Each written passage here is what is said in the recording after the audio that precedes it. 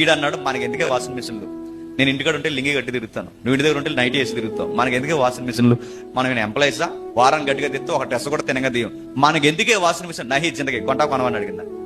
ఎందుకు చెప్పు సరైన కారణం, మనకు వాషింగ్ మిషన్ దేనికని అడిగితే అప్పుడు చెప్పింది ఏమని చెప్పినా వాళ్ళు కొనేసుకున్నారు. అది ఎవరు, నేను అడుగుతున్నాను. వస్తువు మనకు అవసరం అని కొనుక్కోవాలా, ఎవరో కొనుక్కున్నారని వాతలు వేసుకోవాలా? కాపురాలు ఎలా పాడవుతాయి చెప్పనా? ఫైనాన్స్ ని మెయింటైన్ చేయడం రాకపోయినా పాడవుతాయి.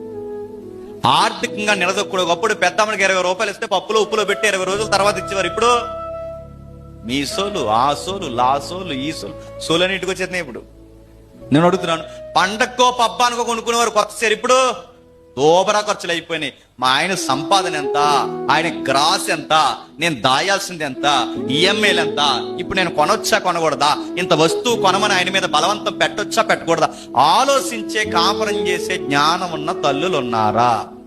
నువ్వేం చేస్తావో తెలీదు. నాకు సాయంత్రం ఆడేం చేస్తాను, దొంగతనం చేయాలి, ఇంకేం చేస్తాడు నడుతున్నాడు. ఆడు ఈఎంఐలకి ఇప్పుడు సరిపోతుంది సగం జీతం.